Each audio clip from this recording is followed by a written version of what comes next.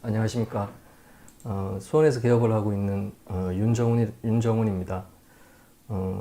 요즘같이 어려운 시기에 우리 선생님들 다들 잘 지내고 계시는지 모르겠습니다. 오늘 제가 말씀드릴 내용은 그동안 이제 제가 발치즉시 식립 임플란트 수술에 대해서 계속 이제 시리즈로 말씀을 드리고 있고요. 오늘은 그 5번째 시간으로 협측이나 혹은 구개측 골판에 광범위한 흡수가 있는 경우에 발치와의 발치즉시 식립에 대해서 말씀을 드리려고 합니다. 제목도 좀 길고 그 다음에 내용도 조금 이렇게 케이스 자체가 약간 어드밴스된, 그러니까 발치즉시에 있어서는 약간의 어드밴스된 그러한 술식이라고 말씀을 드릴 수가 있겠습니다.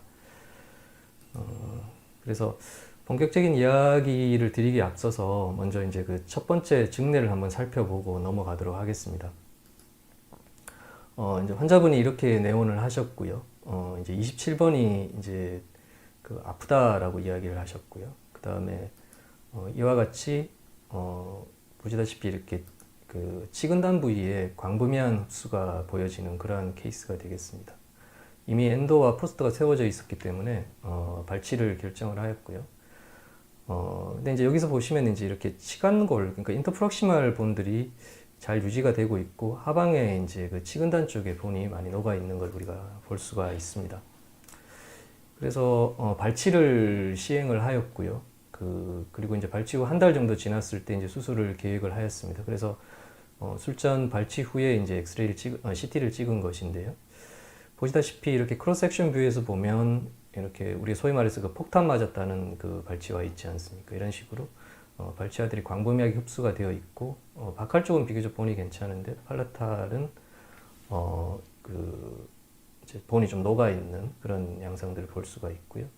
그 다음에 이제 엑시알 뷰에서도 봐도 이와 같이 인터프록시말 본 쪽은 비교적 이렇게 괜찮고요. 바칼도 괜찮은데 팔라탈 쪽의 본들이 골판들이 많이 흡수가 되어 있는 그런 양상들을 볼 수가 있습니다. 근데 이제 공교롭게도 이 환자분이 이렇게 수술 당일날 나오지를 않으셨어요. 뭐 개인적인 사정이 있으셔가지고 수술이 이제 취소가 되었고요. 그 이후에 한 6개월쯤 있다가 이제 병원에서 다시 수술을 하시겠다고 내원을 하신 거지요. 그래서 이 사진은 이제 임플란트 식립 직전의 임상 사진이 되겠습니다. 그러니까 발치를 하고 나서는 대략 한 7개월 정도가 흐른 상태인데요. 보시면 이렇게 연조직들이 뭐 당연히 잘 아물어 있고요. 그 다음에 CT상에서 봐도 이렇게 크로스섹션 상에서도 보면 폭탄 맞았던 부위들이 물론 뭐 본 덴시티 약간의 차이는 있을 수가 있지만 거의 이렇게 잘 채워져 있는 그런 양상들을 우리가 볼 수가 있습니다. 그래서 엑시알 뷰에서 다시 한번 봐도 이와 같이 이렇게 내부적으로 본들이 잘 채워져 있고요. 물론 본 덴시티의 차이는 약간 보이기는 하지만 그래서 광범위한 흡수가 있었지만은 치간골이 잘 유지가 되는 그런 상태였기 때문에 발치와의 치유가 자연스럽게 잘 일어났다 이렇게 우리가 볼 수가 있습니다. 그래서 심지어 수술은 이렇게 플랩리스로, 제가 뭐 플랩리스 수술을 많이 하거나 선호하는 편은 아니지만 뭐 또 환자분이 멀리 계시고 하셔가지고 이제 내원 횟수를 줄이기 위해서 심지어는 플랩리스로 수술까지 하게 되었습니다. 그래서 이와 같이 이제 수술을 마무리를 하였고요.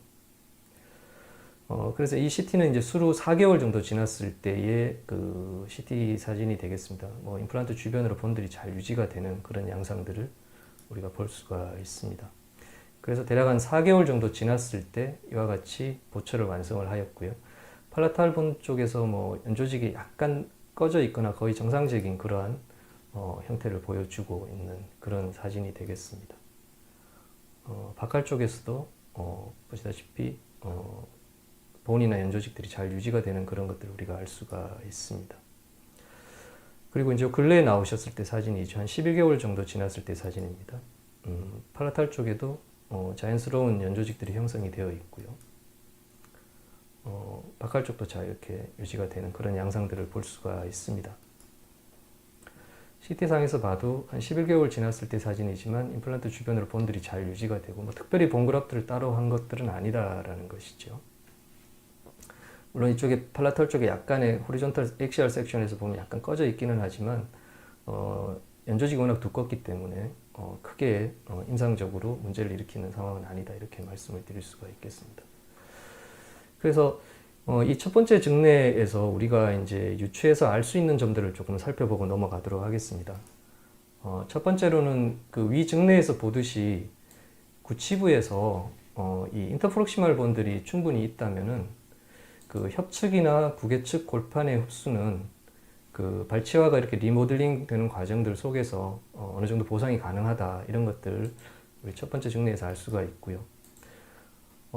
이러한 것들을 우리가 이제 발치 즉시 식립 증례로 이제 적용을 해 본다면 발치 즉시 식립을 할 때 치관골이 비교적 괜찮다면 혹은 그 치관골의 높이까지 임플란트를 우리가 식립을 할 수가 있다면 그 임플란트의 식립 위치를 잘 조절해서 여기서 이제 식립 위치를 잘 조절한다는 의미는 깊이를 치관골보다 약간 깊이 들어가고 그 다음에 제가 여러 차례 말씀을 드렸던 그 골판과 임플란트 사이 거리 HDD를 조금 이렇게 최대한 넓혀줄 수 있는 그러한 그 임플란트를 식립을 할 수 있다면 그리고 이제 거기에 상응하게 보상을 하기 위해서 고리식을 갖다가 해준다면 협측이나 구개측 고릅수 증례에서도 발치식 식립이 어느 정도 가능하다 이렇게 우리가 유추를 해볼 수 있다라고 생각을 합니다.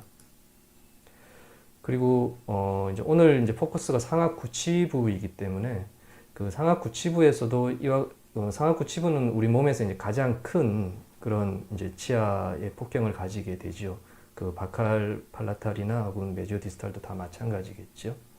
그래서 근원심 폭경이 상당히 넓기 때문에 협측이나 구개측에서 흡수가 있다고 하더라도 근원심에서의 그 치관골의 높이가 그리고 또 폭이 어느 정도 유지를 하게 된다면 발치식 식립이 가능하다 이런 것들을 우리가 유추해 볼 수 있다라고 생각을 합니다.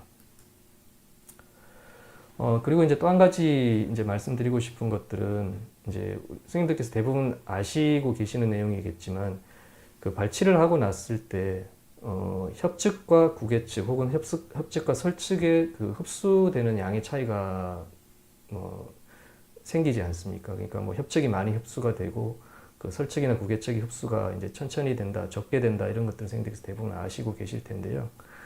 그 부분에 대해서 잠깐 살펴보고 넘어가도록 하겠습니다. 그 원인이 뭐냐 하면요. 보통 이제 그 정상적인 발치를 시행을 하였을 때, 그러니까 뭐 병적으로 페리오에 의해 가지고 바칼이나 그 팔라탈이 이렇게 흡수가 되는 그런 케이스가 아니라 정상적인 발치를 하였을 때를 기준으로 하였을 때, 수직적으로는 발치화가 대략 한 1~2mm 정도 흡수가 일어나게 되고요. 그다음에 수평적으로는 한 50% 정도의 흡수가 일어난다고 합니다. 근데 이제 그 차이는 이제 구치부로 갈수록 훨씬 더 많은 양적인 흡수가 나게 되고요. 그리고 이제 그 협측과 그 구개측이나 설측과의 그 흡수율의 차이는 대략 한 2배 이상의 그 협측의 흡수가 많이 일어난다 이렇게 이야기를 합니다. 그래서 그 원인은 뭐 이제 여러 가지가 있겠지만 이제 일반적으로 이제 많이들 이야기를 하시는 부분들이 이제 우리가 학교 때 뭐 책으로 많이 접했던 그 린데 교수님의 그 번들본 이론이 되겠습니다. 그래서 이 사진을 보시면 이제 치아가 이렇게 있고요. 이쪽이 이제 마지널 크레스트죠. 이제 발치 즉시 식립에서는 이제 마지널 크레스트 쪽에 흡수가 많이 일어나기 때문에 이 부분이 굉장히 중요하지요. 그래서 이 부분을 조금 더 확대를 해서 보면 이와 같이 그 치조골이 있고요. 그 덴틴과 시멘툼을 지나서 샤페스 파이버가 나오지 않습니까? 그래서 페리오덴탈 스페이스를 지나서 이제 치조골 쪽에 이제 인설션이 되는 그러한 그 부위, 요 부위가 이 점선으로 표시되어 있는 요 부위가 이제 번들본이라고 일반적으로 이야기를 하지요. 그래서 엑스레이 상에서는 이제 라미나 듀라라고 이제 치조백선이라고 우리말로 이야기를 하고 있죠. 그래서 이 번들본은 결국은 이제 투스 디펜던트 하다는 것이죠. 치아가 있을 때는 있지만 치아가 발치가 되고 나면 이제 사라진다라는 것입니다. 그래서 여기에 이제 덴틴이 있고요. 여기에 시멘툼이 있고요. 그 다음에 여기에 이제 우리가 PDL 스페이스가 있다라고 생각을 하면 이 우측에 보이는 이 부위가 이제 라멜라 본이 되겠습니다. 그리고 이 부위, 지금 붉게 표시되고 있는 이 부위가 이제 번들본이 된다라는 것이죠. 그래서 이 번들본이 이제 그 협측과 그 구개측이나 설측에서의 두께가 다르다라는 것입니다. 그래서 이 번들본이 이제 마지널 크레스트 쪽에서 한번 보면, 링구알 쪽에서 보면 대략 이 번들본의 두께가 대략 이 PDL 스페이스하고 번들본의 두께가 비슷하게 나오는데요. 그 PDL 스페이스가 보통 0.2에서 0.3 정도가 되기 때문에 이 번들본의 두께도 그와 비슷하게 한 0.2에서 0.3 정도가 되지 않을까. 그래서 대략 한 0.5mm 이하이다. 그렇게 우리가 이야기를 할 수가 있고요. 그 다음에 이제 바칼 쪽에서 살펴보면, 바칼에서는 이 번들본의 두께가 이렇게 두껍다라는 것이죠. 대략 한 2mm 이상의 그 번들본의 두께를 가진다라고 합니다. 그래서 이런 것들이 이제 발치를 하고 나면은 결국 이제 바칼 쪽에서는 대략 한 2mm 이상의 본의 흡수가 일어나고, 링구알에서는 한 0.5mm 이상의 번들본의 흡수가 일어난다라는 것이죠. 그래서 이제 일반적으로 이제 협측에 그 흡수가 많은 그런 이유들을 이제 이렇게 일반적으로 설명을 하고 있습니다. 그래서 이런 것들을 좀 염두에 두시면서 다음 케이스들을 한번 살펴보도록 하겠습니다. 이와 같이 그 환자분이 그 바칼 쪽에 그 바칼본 플레이트가 이렇게 광범위한 흡수가 있는, 그래서 루트가 거의 다 드러나 있는 이러한 그 케이스 하고요. 그 다음에 그 이렇게 팔라탈 쪽에 어떤 원인에 의해서 팔라탈 본 플레이트가 이렇게 광범위하게 흡수가 되어 있는 이런 케이스, 두 가지를 조금 구분해서 한번 케이스를 살펴봤으면 그렇게 생각을 합니다. 먼저 그 상악구 치부의 그 협측 골판, 그러니까 바칼 쪽의 골판에 광범위한 흡수가 있는 그런 증례를 한번 살펴보도록 하겠습니다. 먼저 그 증례를 보시기에 앞서서 이제 문헌고찰을 잠깐 하고 넘어가도록 하겠습니다. 그 상악구 치부 임플란트에서의 그 임플란트를 팔라탈로 심는 팔라탈 포지셔닝에 대한 논문이 되겠습니다. 그래서 이 논문은 2011년도에 아마 이스라엘 분이라고 알고 있는데요. 그 발표하신 논문인데요. 광범위하게 흡수가 되어 있는 그 상악구 치부에서 임플란트를 팔라탈 포지셔닝을 했을 때 결과에 대해서 이야기를 하고 있습니다. 이 케이스에서 이제 언급하고 있는 그 카우드와 하우엘 클래시피케이션이라고 해서, 아마 뭐 제가 알기로는 이제 가장 그 발치와의 그 흡수에 대한 그 클래시피케이션 중에서 가장 많이 이제 이렇게 언급되고 있지 않나 이렇게 생각되고요. 그 클래시피케이션 잠깐 살펴보면 클래스 1은 이제 치아가 있는 상태이고요. 2는 그 발치가 되어 있는, 그래서 발치화가 살아있는 상태가 되겠고요. 클래스 3는 이제 이것이 흡수가 일어나면서 이제 둥글스름한 그런 형태가 되겠지요. 그러면서 높이와 폭은 그대로 잘 유지가 되는 케이스가 되겠고요. 그래서 4 같은 경우에는 이제 나이프 엣지 형태가 되는 것이죠. 그래서 높이는 유지가 되지만 이제 폭이 녹아버린 경우가 되겠죠. 그래서 5는 이제 플랫해진 것이죠. 그래서 높이와 폭이 다 이제 줄어든 케이스. 그 다음에 이제 클래스 6는 이제 네거티브, 디프레션 되어 있는, 꺼져 있는 그런 상태가 되겠습니다. 그래서 이 논문에서는 이 클래스 4와 5 그 환자분들에 있어서 이제 팔라탈 포지셔닝에 대해서 이제 이야기를 하고 있습니다. 그림으로 보시면 이제 상악구 치부에서 1, 2, 3, 4, 5, 6가 되겠습니다. 그래서 4와 5에 해당하는 환자분에 대해서 이제 팔라탈 포지셔닝을 한 논문이 되겠습니다. 그래서 이와 같이 팔라탈 쪽에 이제 이렇게 본들이 있다면 광범위한 흡수가 일어난 그 이제 상악구 치부에서 사이너스 그라프트를 하지 않고 이제 이렇게 그 팔라탈 쪽의 본을 이용을 해서 임플란트를 식립을 한 그런 케이스의 논문이 되겠습니다. 그래서 결과를 좀 살펴보면 이 성공률, 석세스 레이시 한 96% 된다고 합니다. 그러니까 4년 정도의 팔로업 기간 동안에 56개의 임플란트죠. 그러니까 이거는 이제 서바이벌 레이스하고 조금 다르죠. 그러니까 알브렉슨의 석세스 크라이테리아에 맞추어서 봤을 때도 한 96%의 상당히 괜찮은 성공률을 보인다 이렇게 볼 수가 있고요. 한 1년 정도 팔로업 기간 동안에 그 마지널 본너스를 좀 살펴보면 업라이팅하게 임플란트를 심은 140 케이스, 다시 말해서 리프팅도 하고 본그라프트도 했던 그런 케이스에 있어서 한 0.95 정도의 마지널 본 로스가 있었고요. 이와 같이 팔라탈 본 포지셔닝을 하였을 때 56개의 케이스에서 한 0.88 정도의 그본 로스가 보여진다. 그래서 물론 이게 이제 그 통계학적으로 유의성이 있지는 않았지만 최소한 이런 팔라탈 본 포지셔닝, 임플란트 포지션이 그 마지널 본 로스가 더 많지는 않다, 이런 이야기들을 하고 있습니다. 그래서 이제 결론적으로 이야기를 드리면 결국은 그 우리가 그 상악구 치부에서 이 팔라탈 포지셔닝은 본그라프트를 하지 않거나 그 양을 줄일 수 있는 그러한 방법이고, 그로 인해서 좀 더 이렇게 심플한 그러한 이제 그 수술 방법이 될 수가 있다, 이제 이런 결론을 내리고 있습니다. 그리고 이제 또 한 가지 디스커션에서 보면 이바노프와 같은 분들은 팔라탈 포지셔닝을 이렇게 이제 탄제니탈하게 하였을 때 충분히 이제 이런 픽스드 프로세스의 그 스포트를 갖다가 제공해 줄 수 있다, 이렇게 이야기를 하고 있고요.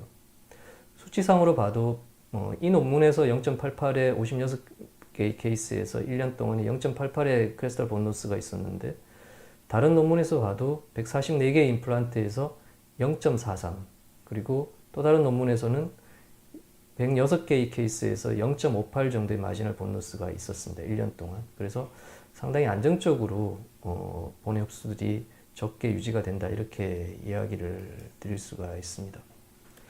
그래서 앞에서 보신 그 첫 번째 증례, 치광골의 유지를 하는 그 증례와 그 다음에 이 논문에 그 통해서 우리가 이제 유추를 해볼 수 있는 점들은, 일단 그 광범위한 흡수를 보이는 상악구 치부에 임플란트를 식립을 할 때 팔라탈 포지셔닝이 상악동 고리식이라든지 혹은 이제 광범위한 고리식의 가능성들을 좀 줄여줄 수가 있다, 이제 그렇게 이야기를 드릴 수가 있고요.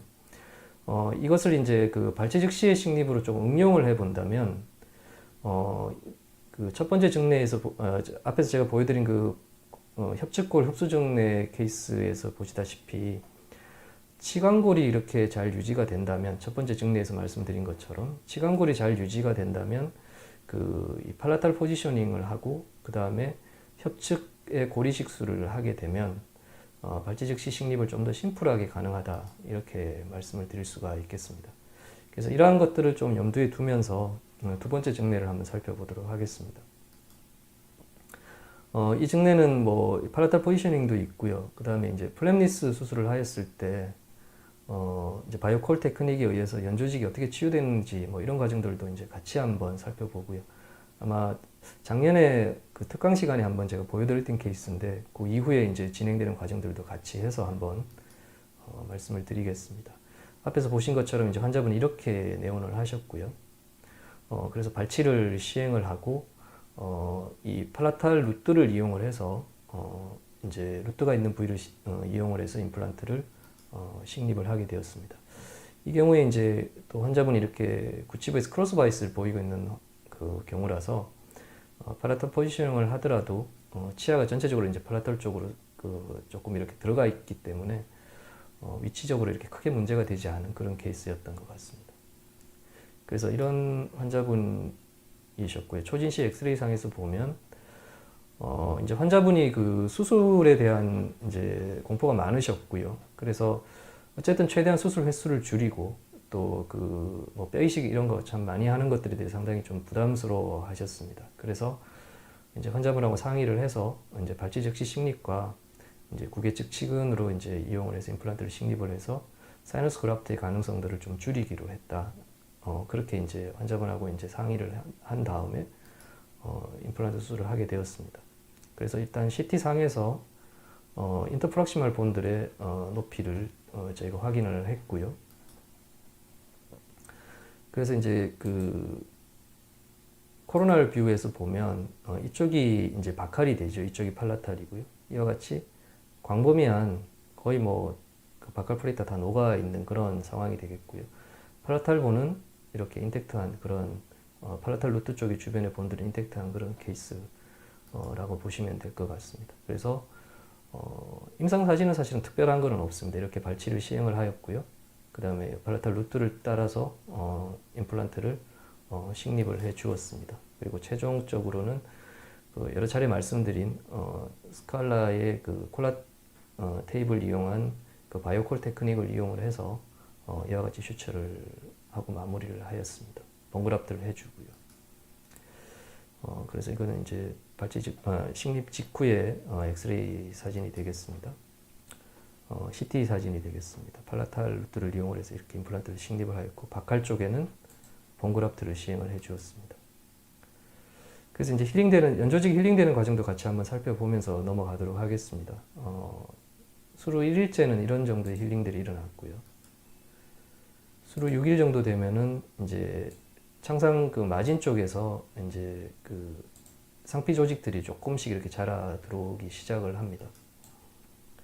그리고 이제 발사를 시행하고 열흘 정도 되면은 이렇게 이제 이 그 상피 조직들이 조금씩 더 자라 들어오면서 이제 본그라프트나 이런 것들이 조금씩 더 안정이 되는 그런 양상들을 볼 수가 있고요. 보름 정도 지나니까 조금 더 많이 이렇게 그 상피들이 자라 들어온 것들을 볼 수가 있습니다. 그리고 한 1개월 정도 지나면 이제 임플란트 주변으로 이제 그 상피들이 이제 거의 이제 다 덮게 되는, 그래서 이쯤 되면은 이제 감염의 가능성이라든지 그 다음에 번그라프트가 빠져나올 머티리얼이 빠져나올 가능성들이 많이 줄게 되지요. 그래서 대략 이렇게 되는 데는 보통 한 3주 내외를 이야기를 합니다. 발치와의 크기에 따라서 조금 달라지기는 하겠지만요. 그리고 한 2달 정도 지나니까 이제 그 상피 조직들이 조금 더 치밀해지면서 하방에 이제 서포팅하는 그 데스모점이라든지 헤미데스모 이런 것들이 좀 더 이제 치밀해지는 그런 과정들을 거치게 되고요. 그리고 이제 한 3개월 정도 지났을 때는 이제 주변 연조직과 뭐 거의 비슷한, 뭐 약간의 차이가 있지만 거의 동일한 그런 연조직 상태를 보여주게 됩니다.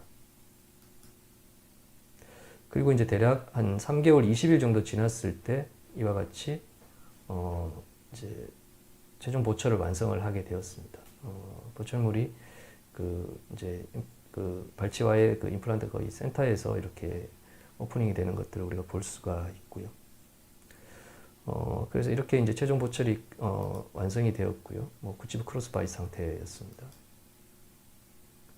엑스레이 상에서도 보면 임플란트 주변으로 본들이 잘 유지가 되는 그런 양상들을 볼 수가 있고요. CT 상에서도 특별히 문제 없이 잘 유지가 되는 그런 양상들을 볼 수가 있습니다. 그리고 이제 근래에 내원하실 때 사진이 있죠. 한 8개월 정도 지났을 때 보면 연조직들이 이제 조금 더 이제 그 자연스러워지는 그런 양상들을 보이고 있고요. 환자분도 이제 수술 한 번에 끝났고, 그래서 굉장히 만족스러워 하셨던 그런 케이스였습니다. 예, 파노라마 상에서도 임플란트 주변으로 본들이 잘 유지가 되는 그런 양상들을 볼 수가 있습니다. 이와 같이 이제 이렇게 협측골에 이제 광범위한 흡수가 있는 경우에는 이제 구치부에서도 이런 발치식 식립이 가능하고요. 그다음에 전치부에서도 이제 협측골판에 광범위한 흡수가 있어도 발치식 식립이 어느 정도 가능하다, 이제 이런 이야기들이죠. 그래서 전치부 케이스를 협측골판의 그 흡수 증례로 한번 살펴보도록 하겠습니다. 이 케이스는 사실 지난번 시간에 그 전치부 제가 강의를 드리면서 한번 보여드렸던 케이스니까 조금 빨리 보고 넘어가도록 하겠습니다. 환자분이 이렇게 13번 캐나인 부위가 이렇게 광범위한 흡수가 있는 상태로 내원을 하셨고요.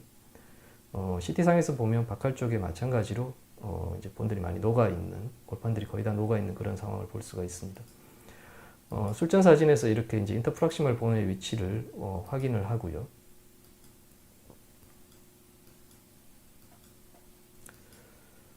발치를 시행을 했습니다. 발치를 시행을 하고 이제 임플란트를 식립을 하게 되었지요. 이거는 이제 그 닥터 하야시의 그 HDD와 DW의 관계를 이용을 해서 임플란트 식립 위치를 결정을 하였고요. 이 부분은 제가 앞에서 여러 차례 설명을 드렸으니까 일단 넘어가도록 하겠습니다. 그리고 이제 콜라 테이프를 이용을 해서 바이오콜 테크닉에 의해서 이제 마무리를 하였습니다. 여기 좀 꺼져 있었기 때문에 이제 이때는 사실은 연조직 이식술을 하지 않고 본그라프트를 이용을 해서 빵빵하게 채워놨죠. 그러니까 이제 지금 생각하면 연조직 이식 수술을 당연히 했었어야 되는 케이스인데 뭐 오래전 케이스라서 이제 이렇게 되었던 것 같습니다. 그래서 이제 그 수술 직후에 CT 상에서 보면 바칼 쪽 그 흡수가 되어 있는 쪽으로 이제 본그라프트가 되어 있고요. 그리고 이제 그 최종 보철 한 4개월 정도 지났을 때 사진이 되겠습니다. 연조직이 자연스럽게 크리핑이 일어나면서 이와 같이 마무리를 할 수가 있었습니다. 그리고 이제 6개월 정도 지났을 때 사진을 보면 이와 같이 이제 캐나인의 모습이 처음에 비해서는 많이 이제 개선된 것들을 알 수가 있습니다. 특별히 이제 뭐 연조직 이식술이라든지 뭐 이런 것들을 시행을 하지는 않았고요. 이때 술전 사진에 비해서는 이제 심미적으로 많이 개선된 것들을 우리가 알 수가 있습니다. 주변에 임플란트 주변의 본들도 잘 유지가 되고 있고요. 그래서 펄업 사진들을 쭉 보시면 대략 한 1년 정도 지났을 때의 사진이 되겠습니다. 뭐 연조직도 비교적 잘 유지가 되고 있고요. 이제 꺼져가는 양상들은 피할 수가 없는 것 같습니다. 크리핑은 이 정도로 유지된 상황에서 잘 유지가 되고 있고요. 연조직 크리핑은. 그 다음에 본들도 임플란트 주변에서 잘 유지가 되고 있고요. 그리고 이제 이 사진은 대략 2년 7개월 정도 지났을 때 사진입니다. 연조직들이 좀 더 안정적으로 치밀화되어 있죠. 그리고 이제 약간 함몰되어 있는 양상들은 연조직 이식술이 아니면 사실은 조금 피할 수가 없지 않겠나 이렇게 생각을 하고 있습니다. 임플란트 주변의 본들은 잘 유지가 되고 있고요. 한 4년 4개월 정도 지났을 때 사진이죠. 비슷하게 잘 유지가 되는 그런 양상들을 볼 수가 있습니다. 임플란트 주변에서도 본들이 비교적 잘 유지가 되고 있고요. 6년 7개월 정도 지났을 때 사진이죠. 임플란트 주변에 크리핑 되어 있는 연조직 자체는 이것도 이제 플랫리스로 수술을 했기 때문에 크리핑 자체가 이제 깨어지면서 다시 이제 흡수가 되는 연조직 자체가 위로 올라가는 경향들을 보이지는 않는 것 같습니다. 그래서 한 6년 7개월 정도 지났을 때도 잘 유지가 되는 그런 양상들을 우리가 볼 수가 있습니다. 그래서 이와 같이 그 상악의 그 협측 골판에 흡수가 있는 경우에, 협측이라는 말이 중요하죠. 협측 골판에 흡수가 있는 경우에 발치식 식립에 대해서 잠깐 정리를 하면, 그 이상과 같이 상악골 협측 골판에 광범위한 흡수가 있는 경우에 이 치간골이 괜찮다면 전치나 구치부에서 발치식 식립은 어느 정도 가능할 것이라고 생각이 됩니다. 그러니까 중요한 것은 이제 치간골을 확인하는 것이고, 그 임플란트를 최대한 팔라탈 쪽으로 포지셔닝을 시키고 가능한 범위 내에서 이 HDD를 크게 유지하는 것들이 키포인트가 될 것이다. 이렇게 생각을 합니다. 그래서 이제 이상으로 이제 협측 골판의 광범위한 흡수에 대해서는 이제 이렇게 정리를 하도록 하고요. 이제 사실 오늘 이제 제가 말씀드리고 싶은 내용은 이제 구개측 골판의 광범위한 흡수 증례가 되겠습니다. 그래서 이제 제가 생각하는 그 상악 구치부의 구개측이 그 다른 협측 부위하고 다른 그런 특징은 이제 다음과 같습니다. 일단 뭐 우리 선생님들께서 대부분 다 아시겠지만 구개측은 그 케라티나이드 진지바의 두께가 두껍습니다. 그러니까 얼마나 두껍는지에 대해서는 뒤에 가서 제가 다시 논문으로 살펴보도록 하겠습니다. 두 번째는 그 구개측 골판의 두께가 협측에 비해서는 일반적으로 더 두껍죠. 그리고 이제 세 번째는 그 심미적인 요구도도 좀 적지요. 물론 뭐 구치부에서 바칼 쪽의 케이스라 하더라도, 바칼이 녹은 케이스라 하더라도 이제 심미적인 요구도가 아주 높지는 않지만 어쨌든 그 팔라탈 쪽에서는 좀 더 그런 부분들의 요구도가 적기 때문에 조금 더 우리가 편하게 수술을 할 수 있는 부분이라고 말씀을 드릴 수가 있겠습니다. 그래서 그 제가 뭐 이번 강의를 준비하면서 사실은 이제 그 팔라탈 그 발치식 식립 케이스에서 이제 팔라탈본이 녹은 케이스에 대한 그 논문들을 많이 뒤져봤는데 거의 찾을 수가 없었습니다. 그래서 그 부분에 대해서는 우리가 이제 다른 여러 논문들을 통해서 조금 유출을 해볼 수밖에 없지 않겠나 이런 생각을 합니다. 그래서 이제 두 번째 문헌은 그 연조직의 두께와 이제 고리 흡수와의 관계, 이 부분들에 대해서 이제 좀 살펴보도록 그렇게 하겠습니다. 먼저 이제 건강한 한국 성인에서 이 그 팔라탈 그 진지바 경구개 쪽과 그 다음에 상악 결절의 이제 그 켈티나이드 진지바 저작 점막의 두께에 대해서 한번 살펴보도록 하겠습니다. 2001년도에 치주과학회에서 나온 논문이 되겠습니다. 그래서 이제 캐나인부터 해서 제2대구치까지 이렇게 A 지점, B 지점, C 지점에서 그 연조직의 두께를 측정을 하고 뭐 상하 결절에서도 이제 E, F 지점에서 이제 연조직의 두께를 측정한 것이죠. 그래서 A 지점, B 지점, C 지점 이런 지점들마다 이제 연조직의 두께를 측정을 하였고요. 오늘 주제가 이제 구치부이기 때문에 상하 구치부의 제1대구치와 그 다음에 제1, 2대구치의 치간, 그러니까 인터프락시말 쪽, 그 다음에 제2대구치의 센터 지점, 이 부분에 이제 연조직의 두께가 얼마나 되느냐를 좀 살펴보고 넘어가도록 하겠습니다. 상악 제1대구치 연조직의 두께는 ABC 지점이 대략 2에서 3mm 정도가 되었고요. 인터프락시말 쪽도 마찬가지로 2에서 한 4mm 정도의 그 연조직의 두께가 나왔고요. 그 다음에 그 제2대구치 같은 경우에도 대략 ABC 지점에서 2에서 한 5mm 정도의 연조직의 두께를 보이고 있습니다. 그 외에 뭐 캐나인이라든지 그 다음에 소구치 부위들도 거의 뭐 비슷한 연조직의 두께, 그러니까 저작 점막의 두께가 비슷하다고 볼 수가 있습니다. 그래서 이 경구개 쪽에서 평균적인 그 저작 점막의 두께를 좀 살펴보면 제1대구치 쪽에서는 대략 한 2.73, 그 1, 2대구치 사이 치관 쪽에서는 한 3, 그다음에 제2대구치에서는 한 3mm 정도 두께가 나옵니다. 그래서 대략 우리가 이제 그 구치부, 상악 구치부에서 그 연조직의 두께, 그러니까 저작 점막의 두께는 대략 한 3mm 내외 정도가 평균이다 한국 사람에 있어서 이거는 기억을 해두시는 것이 좋겠습니다. 이건 퀴즈에도 나오는 내용이거든요. 네. 그래서 그렇게 생각을 이제 하시면 될 것 같고요. 그다음에 이제 세 번째 논문은 그 이제 연조직의 두께와 크리스탈 본 체인지에 대한 그 논문이 되겠습니다. 2016년에 COIR에서 발표한 논문이 되겠습니다. 그래서 뭐 우리가 상식적인 선에서 생각을 했을 때 넓고 두껍고 케라티나이즈되어 있는 조직이 필요하다는 것이죠. 그 크리스탈 본을 흡수를 갖다가 막는 데 있어서는 뭐 이건 우리가 상식적으로 이제 알 수 있는 내용들이고요.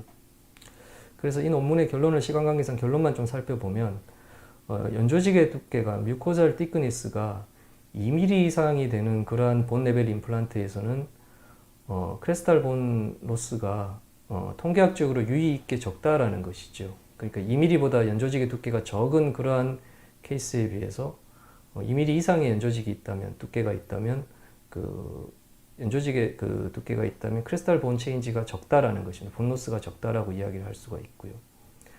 그래서 이 2mm의 의미는 아마 이제 생물학적 폭경, 임플란트 주변에 생기는 생물학적 폭경의 의미라고 생각을 하고요. 이 2mm도 기억을 하고 계시면 좋겠습니다. 이것도 이제 퀴즈에 나오는 내용이 되겠습니다. 그리고 이제 그 외에 이제 다른 이제 논문들하고 좀 비교를 해보면, 링케비우스인가요? 링케비시우스가 되겠네요. 2014년에 발표한 논문에서도 거의 동일한 내용이 되겠습니다. 2mm 이하의 그 연조직 두께를 가지고 있는 경우에는 1.17mm 정도의 본로스가 있었지만, 2mm 이상의 이니셜 그 소프티슈가 있다면 본로스가 0.21mm 정도만 있었다라는 것이죠. 그리고 이건 이제 통계학적으로 유의성이 있는 차이가 있었다라는 것입니다. 1.17과 0.21의 본로스의 차이가 있는 것이죠. 그래서 연조직의 두께가 2mm 이상이 되는 것들이 이제 사실은 중요하다 이렇게 이야기를 드릴 수가 있겠고요. 그리고 이제 이건 조금 다른 이야기이긴 하지만 우리가 이제 요즘에 그 플랫폼 스위칭 임플란트를 많이 쓰지 않습니까? 인터널에 코니칼 그 정션이 되는 그러한 그 플랫폼 스위칭의 임플란트를 많이 쓰고 있는데 그래서 본로스가 적다 이런 이야기를 하고 있죠. 그렇지만 이런 경우에도 이제 연조직의 두께가 얇다면은 그거와 관계없이 이제 본로스가 많이 일어날 수 있다. 이제 이런 이야기를 드릴 수가 있겠습니다. 그리고 이제 마지막 논문을 살펴보고 넘어가도록 하겠습니다. 세 번째 논문은 이제 그 자연치와 그 다음에 이제 임플란트에 있어서 연조직의 두께 그 루트 커버리지에 관한 내용이 되겠습니다. 근데 뭐 시간 관계상 논문만 결론만 좀 살펴보면 그 연조직 그라프트를 하든 뭐 연조직이 있든 간에 그 두께가 그 연조직의 두께가 하방에 이제 이렇게 식립되어 있는 그 본 그라프트의 그 생존율과 그 다음에 힐링의 모달리티에 굉장히 중요한 역할을 한다라는 것이죠. 그러니까 앞에서 보신 논문에서는 마지날 본 노스의 연조직의 두께가 좀 영향을 준다고 되어 있고요. 이번 논문에서는 그 하방으로 그라프트를 한 그 그라프트 조직에 있어서도 연조직의 두께가 두꺼울수록 서바이벌 레이트가 좀 올라간다 이렇게 이야기를 드릴 수가 있겠습니다. 그래서 연조직의 두께가 두껍다면은 고리식재, 그러니까 이식되어 있는 골도 그 안정성이 훨씬 더 높아진다. 이제 이렇게 결론을 내릴 수가 있겠습니다. 그래서 이런 것들을 이제 바탕으로 해서 그러면 우리가 그 상악 구치부에서 구계측 골판의 흡수를 이제 어떻게 볼 것인가에 대해서 뭐 정리하고 그다음에 이제 케이스를 보고 마무리하도록 하겠습니다. 그래서 앞에서 보여드린 그 문헌 2, 3, 4를 통해서 우리가 유추를 해볼 수 있는 점은 일단 상악 구치부에서 그 협측과 구계측의 가장 큰 차이점 중에 하나는 이제 저작 점막의 두께라는 것이죠. 그래서 구계측의 저작 점막의 두께가 훨씬 더 두껍다 이런 것들을 알 수가 있고요. 그 다음에 이제 한국인에서는 한 3mm 정도가 평균이고 그 2mm 이상이 된다라는 것이죠. 그래서 이 저작 점막이 2mm 이상이라고 하는 것들은 임플란트 주변에 있는 그 생물학적 폭경, 보통 2에서 한 3mm라고 이야기를 하지요. 그 이상으로 두꺼워지면은 그 하방에 있는 골 조직이라든지 아니면 이식된 골이라 하더라도 골 흡수가 적을 수 있다. 이런 것들을 우리가 유추를 해볼 수가 있고요. 그래서 이제 제가 생각하는 그 결론은 어떤 거냐면요. 상악구 치부에서 구계측 골판의 흡수가 있는 증례에서 협측 골판에 비해서 이제 예후가 좀 좋지 않을까 이렇게 생각을 하고요. 그 이유는 이제 그 구계측 골판의 흡수량이 이제 일반적으로는 좀 적지요. 번들본의 양도 적기 때문에 흡수량도 상대적으로 적어지는 것이고요. 또한 연조직의 두께가 두껍기 때문에 골 재생력이 뛰어날 수 있다라는 것이죠. 그리고 이제 골이식제도 좀 더 안정적으로 잘 유지가 되기 때문에 그 팔라탈 쪽에 그 본 플레이트가 이제 흡수가 된다 하더라도 우리가 이식을 해주게 되면 그 연조직의 두께에 의해 가지고 조금 더 안정적으로 본들이 유지가 된다. 이렇게 생각을 하고 있습니다. 그리고 이제 심미적으로 좀 부담이 적기 때문에 조금 더 이렇게 용이하게 수술을 할 수 있지 않을까 이런 생각을 합니다. 대신에 이제 조금 주의를 해야 될 부분들이 있다고 생각을 하는데요. 이 구계측 골판 흡수 증례에 있어서 이렇게 구계측 골판이 흡수가 되어 있는 발치 즉시 식립을 시행할 수 있는 케이스는 septum이 이제 남아 있는 그러한 상악 구치부에 이렇게 한정이 되지 않을까 이렇게 생각을 한다라는 것이죠. septum이 남아 있는 케이스가 중요하다라고 생각이 됩니다. 왜냐하면은 이제 그 구계측에 이제 본이 많이 녹아 있기 때문에 이제 약간 박할 쪽으로 이제 많이 움직여서 그 임플란트를 식립을 해야 되는데 그 초기 고정을 이제 septum에서 얻는 것들이 중요하다라는 것이죠. 그리고 이제 앞에서 제가 말씀드린 것처럼 협측 골판의 그 흡수가 팔라탈에 비해서는 많기 때문에 이런 경우에도 이제 협측 골판의 흡수가 이제 많이 되어져서 나오기 때문에 septum이 있어서 그 septum에 의해서 이러한 그 흡수에 좀 저항을 하기도 하고 협측 골판에서 생길 그 다음에 이제 고리식제도 협측에 우리가 이제 이식을 하기 때문에 그 고리식제의 그 유지에도 septum이 있음으로 해서 좀 더 잘 유지가 되기 때문이다 이렇게 생각을 합니다. 그리고 이제 구계측 점막에 퇴축이 있다고 하면은 거기는 뭐 이제 점막 퇴축이 있는 경우에는 아마 발치 즉시 식립이 조금 힘들 거라고 생각을 합니다. 왜냐하면 그 혀도 이렇게 많이 움직이게 되고 그 다음에 본그라프트의 안정성들도 많이 떨어지기 때문에 그렇습니다. 그리고 이제 그 외에도 이제 이렇게 구계측이나 혹은 이제 그 링구알 쪽에 흡수가 있는 케이스에서 만약에 그러면 이제 하악대구치에서는 어떨까요? 그 하악대구치에 슬측 골판에 흡수가 있는 경우에는 구계측하고는 달리 그 연조직이 상당히 얇기 때문에 상대적으로 발치즉시 식립이 조금 힘들지 않을까 이렇게 생각을 하고 있습니다. 그리고 이제 구치부가 아니라 그럼 전치나 소구치부에서 이제 그 팔라탈 쪽이나 링구알 쪽 흡수가 있는 경우는 어떨까요?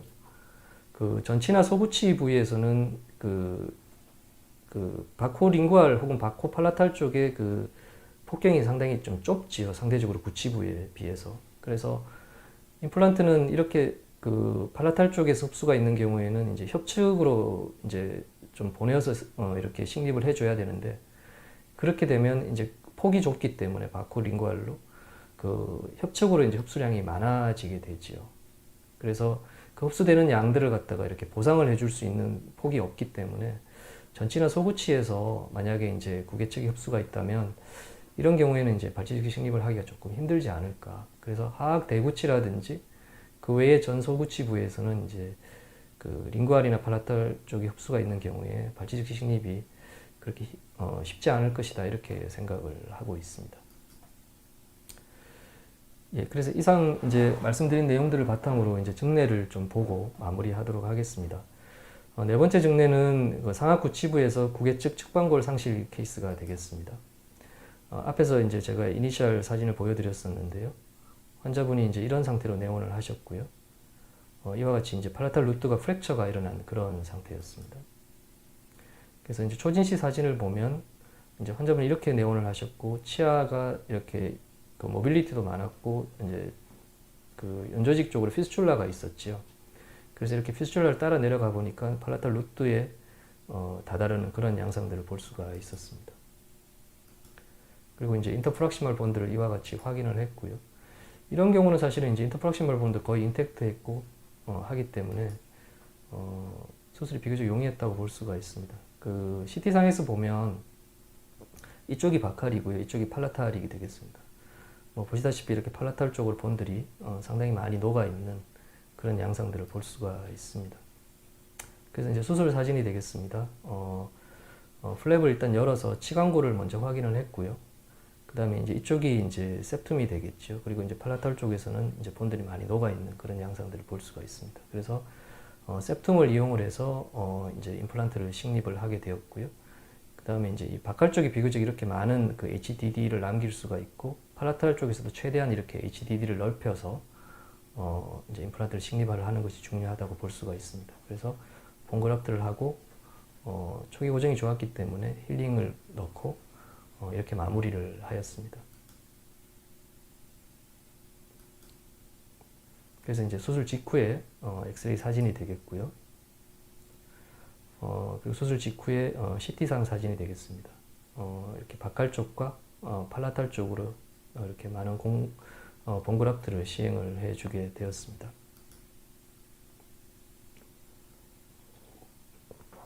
수로 한 달 한 21일 정도 지났을 때 사진이 되겠습니다. 본그раф트 했는 것들이 잘 유지가 되는 양상들을 볼 수가 있고요. 임플란트도 잘 유지가 되는 그런 양상들을 볼 수가 있습니다. 그래서 수로 한 4달 정도 지났을 때 이와 같이 이제 보철물들을 완성을 하게 되었습니다. 워낙 이제 팔라탈 쪽으로 광범위한 고릅수가 있었기 때문에 본그раф트를 하였지만 연조직이 조금 꺼져 있는 양상들은 피할 수가 없었습니다.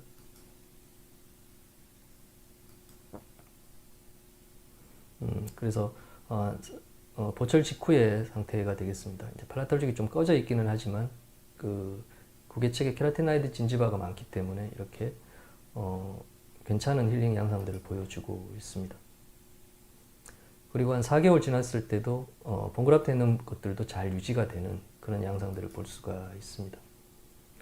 한 4년 정도 지났을 때의 사진이죠. 4년 1개월 지났을 때 바칼 쪽의 본들 잘 유지가 되고 있고요. 팔라탈 쪽에도 조금 꺼져 있기는 하지만 무리 없이 잘 유지가 되는 그런 양상들을 볼 수가 있습니다. 그래서 엑스레이 상에서 보면 한 4년 1개월 지났을 때 인터프락시멀 본이나 임플란트 주변의 본들은 잘 유지가 되는 그런 양상들을 볼 수가 있습니다. 한 4년 9개월 정도 지났을 때 사진이 되겠습니다. CT상의 사진이 되겠는데요. 팔라탈 쪽으로도 본들이 상당히 잘 유지가 되고 있고요. 바칼 쪽도 본들이 잘 유지가 되는 그런 양상들을 볼 수가 있습니다.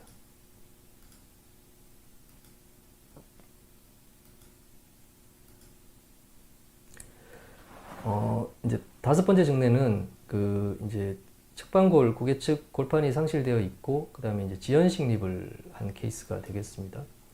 환자분이 이제 이렇게 내원을 하셨고요. 치아의 모빌리티가 심했죠. 그래서 인터프락시말 본을 확인을 했고요. 발치를 시행을 하였습니다. 그리고 대략 발치 후 한 달 정도 사진이 되겠습니다. 한 달 정도 지나면 특히 이제 구치부 같은 경우에는 연조직들이 힐링이 이렇게 완전히 일어나는 경우는 많지는 않습니다. 그래서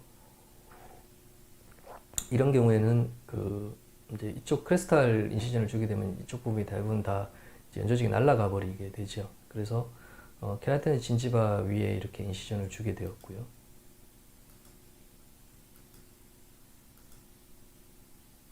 그래서 이제 술전 CT를 보면 마찬가지로 바칼이나 인터프락시말 본들은 잘 유지가 되는 반면에 팔라탈 쪽의 본들은 광범위한 흡수가 있는 골판들이 흡수가 되어 있는 양상들을 볼 수가 있습니다. 바칼 쪽의 본, 팔라탈 쪽의 본들은 많이 녹아 있는 그런 양상들을 볼 수가 있습니다.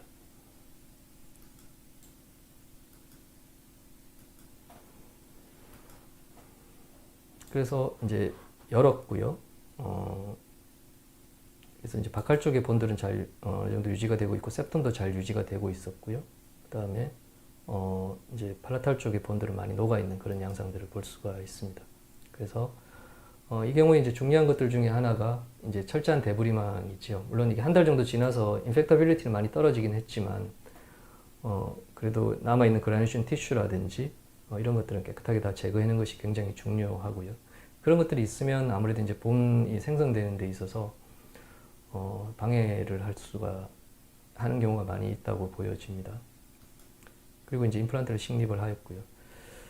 지금 생각해보면 조금 아쉬운 것은 이것이 이제 제가 이제 인터프락시말 septum을 이렇게 좀 보호를 하기 위해서 바칼 쪽으로 흡수가 많을 거라고 생각을 해서 septum보다 이렇게 조금 안쪽으로 심었는데요. 임플란트를 조금 이렇게 septum을 이렇게 드릴링을 해서 그렇게 식립을 하였으면 어땠을까 하는 그런 생각이 듭니다. 그래서 이 부분에 이제 HDD의 양이 줄어들게 되었죠. septum에 이렇게 식립을 하였을 때보다는. 그래서 임플란트를 이렇게 식립을 하고 고리식 후에 이제 아이젠을 사용을 하게 되었습니다. 근데 뭐 임상 사진을 찾아보니까 없어서 일단 그렇게 되었고요. 그래서 이렇게 이제 마무리를 하게 되었습니다. 그래서 수술 직후의 사진을 보면 임플란트를 식립을 하고 본그라프트를 시행을 하고 그 다음에 아이젠들이 이렇게 보이시죠? 아이젠으로 이제 본그라프트를 해주었습니다. 힐링되는 양상들이죠. 한 10일 정도 지났을 때 사진이고요. 17일 정도 지났을 때 사진이고요.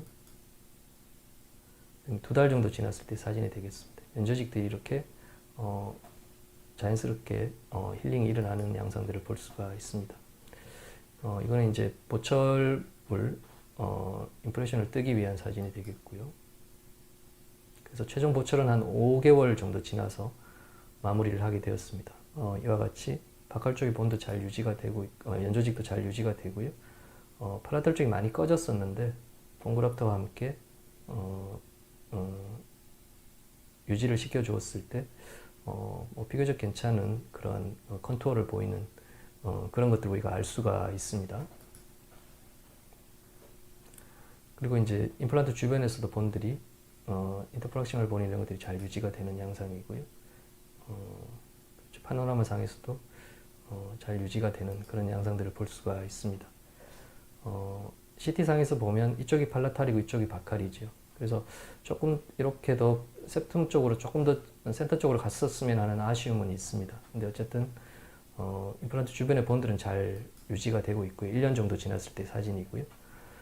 이 사진은 이제 4년 5개월 정도 지났을 때 사진입니다. 뒤쪽에 이제 7번에 있던 임플란트가 프랙처가 되어서 내원을 하셨는데요. 어쨌든 6번은 4년 5개월 정도 지났을 때 연조직들이 조금 더 치밀해지면서 바칼 쪽은 잘 볼륨을 유지를 하고 있고요. 팔라탈 쪽도 처음에 보철 직후에 비해서는 굉장히 자연스러운 그러한 리모델링, 연조직의 리모델링이 일어나면서 잘 유지가 되는 그런 양상들을 볼 수가 있습니다. CT상에서 봐도 임플란트 이쪽이 팔라탈이고요. 이쪽이 바칼이 되겠습니다. 본들이 잘 유지가 되고 있는 그런 양상들을 볼 수가 있습니다. 4년 5개월 정도 지났을 때 사진이 되겠습니다. 그 다음에 이제 여섯 번째 증례는 그 이제 구개측의 측방골, 그 팔라탈 본플레이트가 이제 흡수가 일어나면서 또 이제 사이너스 립들을 같이 시행을 하는 그런 케이스가 되겠습니다. 환자분이 이제 17번이 이제 많이 흔들려서 내원을 하셨고요. 그래서 엑스레이를 먼저 살펴보면 이 17번 치아가 되겠습니다. 이와 같이 인터프락시말 본들이 유지가 되고 있는 상황에서 확인을 하였고요. 그리고 CT를 보면 이와 같이 팔라탈 쪽에 그 루트 쪽으로 이제 본들이 거의 다 루트 끝까지 녹아 있는 그런 양상들을 볼 수가 있고요. 그 다음에 남아 있는 바칼 쪽에 혹은 septum의 양도 이렇게 작았기 때문에 대략 한 5mm 내외 정도가 되었던 것 같아요, septum에서. 그래서 이제 사이너스 립들을 같이 하기로 결정을 하였습니다.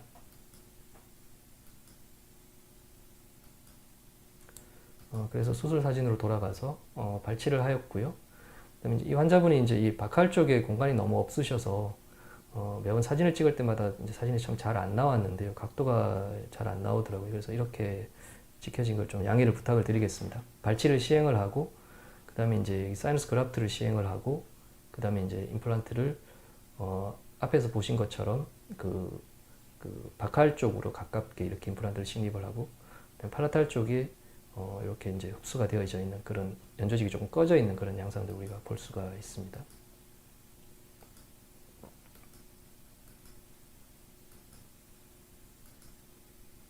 그래서 이제 이와 같이 임플란트를 식립을 하게 되었고요.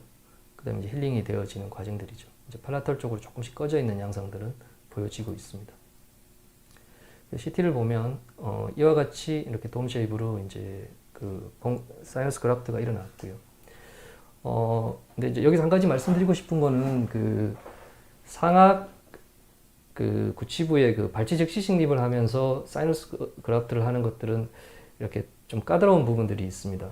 이제 그 왜냐하면 그 레지듀얼 그 본의 그 모양이 그러니까 상악동의 그 하방 그 본의 형태가 보통은 이제 컨벡스한 경우가 많죠. 루트들이 있었기 때문에 그렇기 때문에 이렇게 컨벡스한 형태를 보여주고 있습니다. 그래서 이런 경우는 그 레지듀얼 본의 형태가 그 마진이 그 이렇게 플랫하거나 혹은 이 컨케이브한 케이스에 비해서는 이제 그 본들이 멤브레인이 찢어질 확률들이 컨벡스하니까요.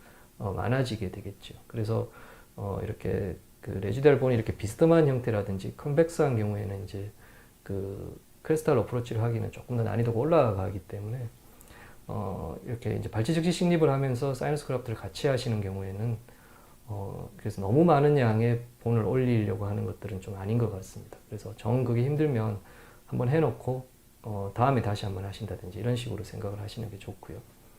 그래서 어쨌든 이와 같이 사이너스 그라프트를 하게 되었고요. 그 다음에 이제 바칼 쪽으로 본들을 팔라탈 쪽으로 본 그라프트를 이제 시행을 해 주었습니다. 그리고 이제 뭐 보철을 이제 보철물을 이렇게 만들었고 이제 보철물 서브진지바 컨투어에 대해서는 나중에 혹시 이제 보철 쪽으로 말씀을 드릴 기회가 있으면 그때 한번 다시 말씀을 드리도록 하겠습니다. 그래서 이제 최종 보철은 이렇게 완성을 하게 되었습니다. 그래서 이제 보철 직후 6개월 정도 기다려서 이제 보철을 하였고요. 17번이 되겠습니다. 바칼이나 팔라탈 쪽으로 뭐 그렇게 많이 이렇게 나쁜 양상들은 보이지가 않고요. 한 1개월 정도 지났을 때, 이제 보철 후 1개월이니까 7개월 정도 됐겠죠, 수로. 뭐 비교적 잘 유지가 되고 있고요. 엑스레이를 좀 살펴보면, 이 사진은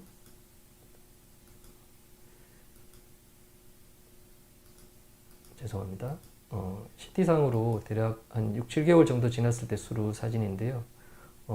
팔라탈 쪽으로 본들이 잘, 임플란트 주변의 본들이 잘 유지가 되는 그런 양상들을 우리가 볼 수가 있고요.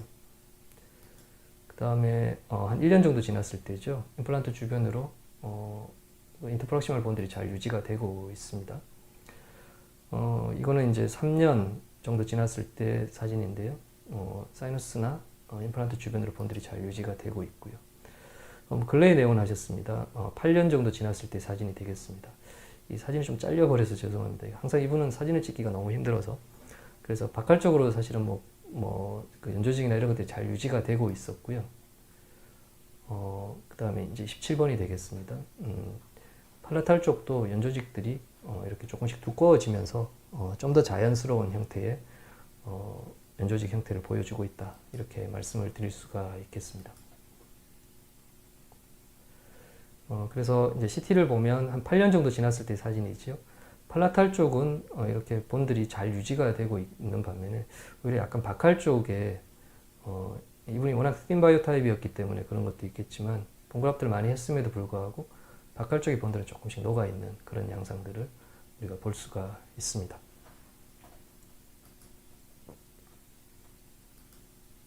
네, 페리피컬 사진으로 한 8년 지났을 때 마지날 본이라든지 이런 쪽은 잘 유지가 되는 그런 양상들을 볼 수가 있습니다. 마지막 증례가 되겠습니다.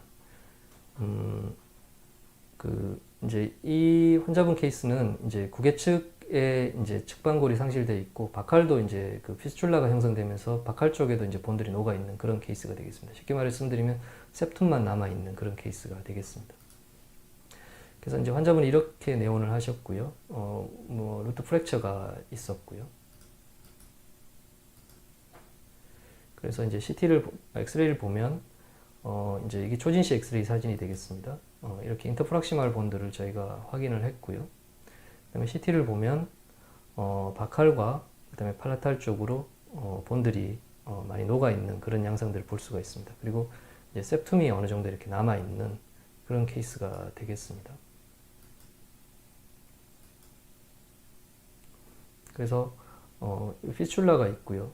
그 다음에 바칼 쪽으로도 팔라탈 플레이트도 많이 녹아 있는 그런 양상들이죠. 그래서 이 케이스도 지금 보면 약간 조금 더 이렇게 센터 쪽으로 갔으면 좋겠다는 생각을 했는데 이때는 이제 이쪽에 이제 피스출라가 있으면서 바칼 플레이트가 많이 녹아 있었기 때문에 이제 바칼 쪽에 본 흡수가 많을 것이다 이렇게 예상을 해서 이제 팔라탈 쪽으로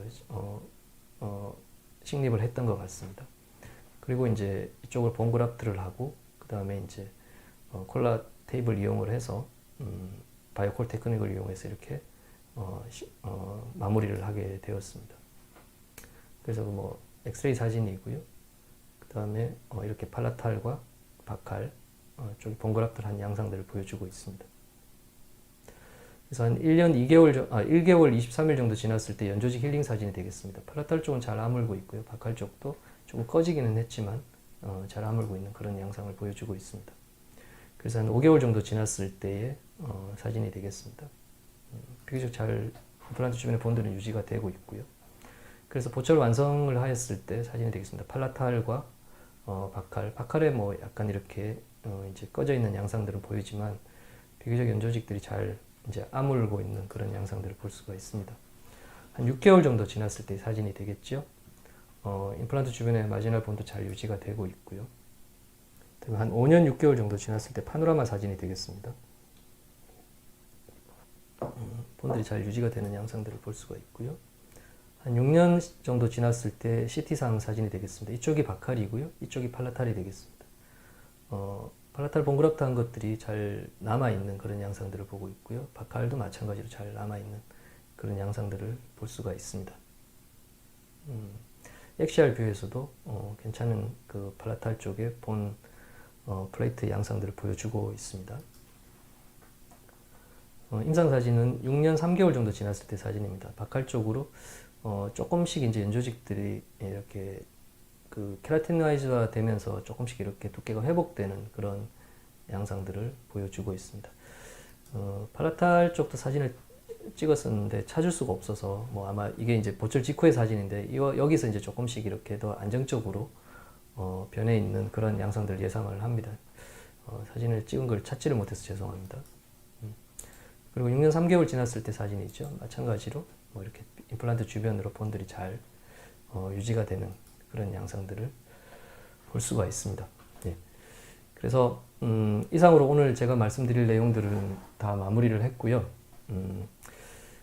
좀 제가 목소리 톤이 일정해서 되게 지루하지 않으셨을까 이렇게 생각도 듭니다만 양해를 제가 부탁을 드리고요. 오늘 그 테이크홈 메시지를 하고 오늘 제가 드린 말씀은 마무리하도록 하겠습니다. 먼저 이제 구치부 발치 즉시 식립 임플란트에서도 우선 고려할 점들은 인터프락시말 본이다라는 것이지요. 그러니까 인접 자연치의 인터프락시말 본이라는 것입니다. 이건 아마 전치부 강의에서도 제가 여러 차례 말씀을 드렸던 내용이고요. 그리고 이제 상악 구치부에서 구개 측 골판에 광범위한 흡수가 있는 경우에 구개 측 연조직의 두께가 충분하고 치관 거울이 남아 있다면 발치 즉시 식립을 할 때 구개 측 골판의 재생을 충분히 우리가 기대를 할 수 있다. 이렇게 말씀을 드릴 수가 있겠고요. 그렇지만 이제 이렇게 할 수 있는 케이스는 구개 측 골판에 흡수가 있을 때 septum이 남아 있는 그 상악 대구칙 케이스에 한정되지 않을까 그렇게 예상을 하고 있습니다. 예, 이상으로 오늘 제가 드릴 말씀은 마무리를 하고요. 예, 많은 시간 경청해 주셔서 감사합니다.